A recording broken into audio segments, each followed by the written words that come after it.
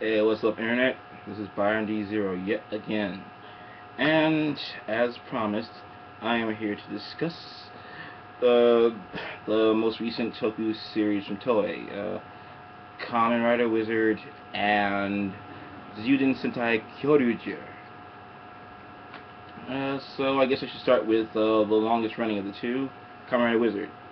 Um, to put it simply, I find it pretty dull. Uh, it's been a bit of a long journey with the series. I stuck with it for a long time because it's had a couple of awesome moments, but to be perfectly honest, those awesome moments are few and far between. There's just been a lot of the standard fare monster of the week type stuff, which is per standard of Toku these days, and the rest of it has just been, well, just that. It's kind of just been there. I, I, I would watch it while Go Buster was on because, yeah, I didn't really like Go Buster all that much either. Uh, yeah, I was glad that was gone when it ended. But yeah, um, it's overall just a ho-hum series. There have been a few bright spots, like I think Gremlin is an awesome villain. His backstory with the whole serial killer thing before he became a phantom was actually pretty cool. But yeah, that was just one thing. I I think one of the things I really have hated about Wizard has been like the whole thing with the gates and how the ones that don't have the inner phantom destroyed by Haruto, they just ask to leave. It's just like, what's stopping the phantoms from hunting them down afterwards? I mean, if they could, I mean, if they found them once, they can find them again. It may take them longer, but they could find them eventually. And one of the dumbest ones that I saw was the one about the girl who wanted to become an actress. Yeah, that storyline was painful because it's just like the way like the key to her becoming a phantom was the director guy who was a phantom himself. So it's just like, so Haruto's just going to keep it a secret forever. Okay, I mean, yeah, sure, why not? I mean, it seems kind of half-assed and an fu to the viewers, but hey, no big deal. And yeah, it's little things like that, like unresolved plot points, like with the gates, and then there's this, and then and then just the overall pacing, and Kamen Beast didn't really hasn't really helped much with this series either because he has kind of been a break from a long string of really awesome secondary writers, from Axel to Meteor. You know, in this Millennium Rider series that they've established, post decade, we have seen some awesome backstories. Like Teruo, he had the whole story with where his family was destroyed, was killed by the weather dopant in Double. You know, that was a very powerful point, and it came to a head, and I thought it was a very beautiful plot point. And they even touched back on that with the whole Shroud storyline in Double. In O's, we had Akira Date with his storyline about him trying to collect enough money to pay for life-saving surgery to remove a bullet from his head that was slowly inching more and more into his brain. You know, that was important.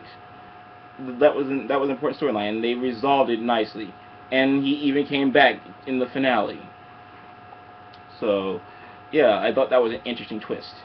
Uh, the weaker of those three would have to be Ryusei's plot point because after, like, he was trying to find, he was trying to find the Zodiac, the Aries Zodiac that had the ability to put people in comas and awaken them from comas.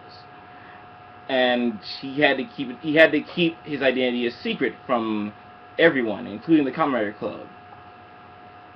And that was important too. But I mean, unlike the other writers, his after story part wasn't as great. But I digress. Kosuke Nito, on the other hand,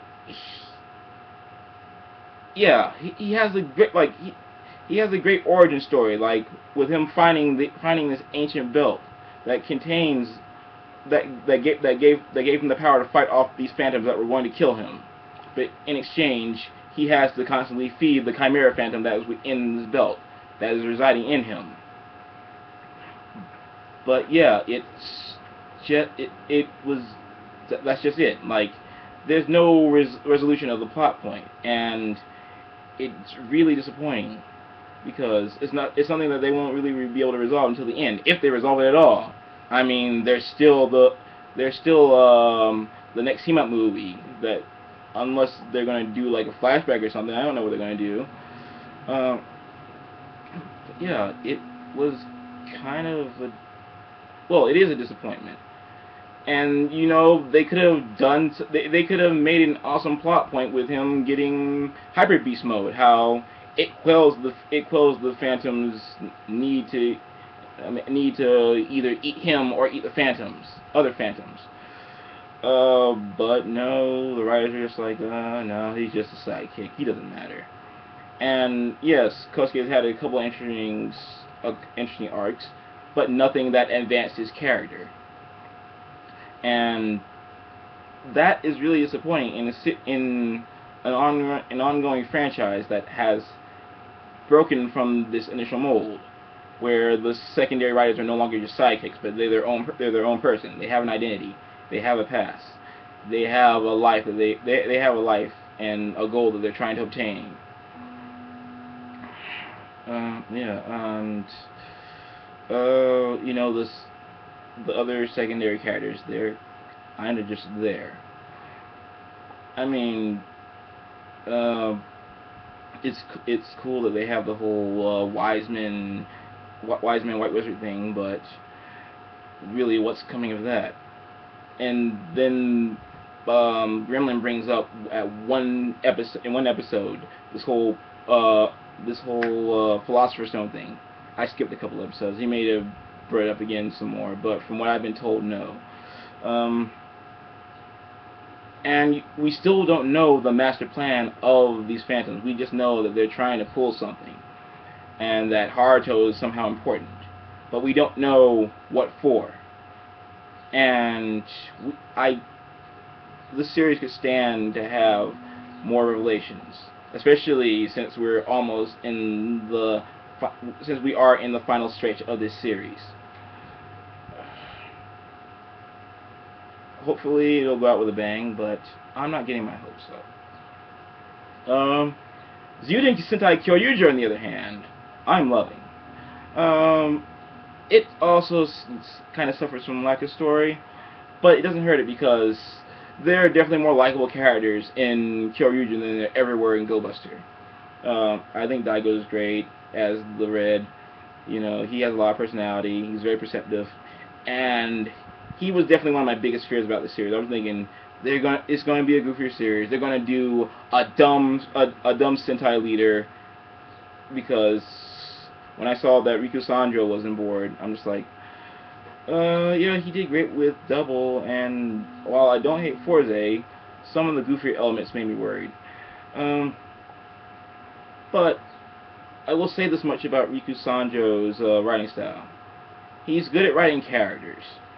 He's not, you know, he wrote Gurren Lagann, and there are some amazing characters. The story is dumb, but there were some fun, awesome characters in there, and the characters were definitely worth the price of admission. And I can say the same thing about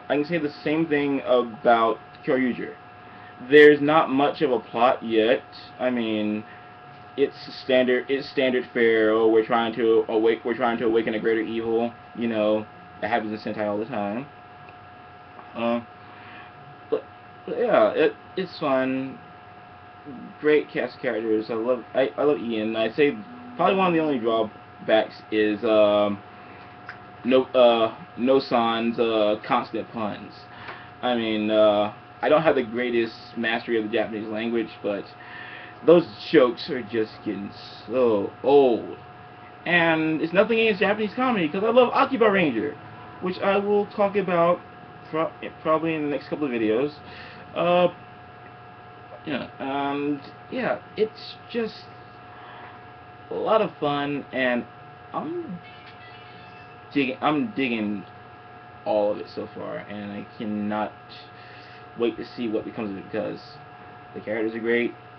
I enjoy the music. I've warmed up to the mecha and the costume designs. I mean, when I first saw them, I thought they were ugly. They're not the prettiest Sentai costumes I've ever seen. But then again, neither was Sun Vulcan. But hey, they're cool too. Yeah. I'm definitely looking forward to see what comes of this. Well, since I got a few more minutes to spare, I'll talk about the upcoming Kamen Rider Gaimu. There's no info out on the series yet. It's really besides the name, and that it's coming out later this year.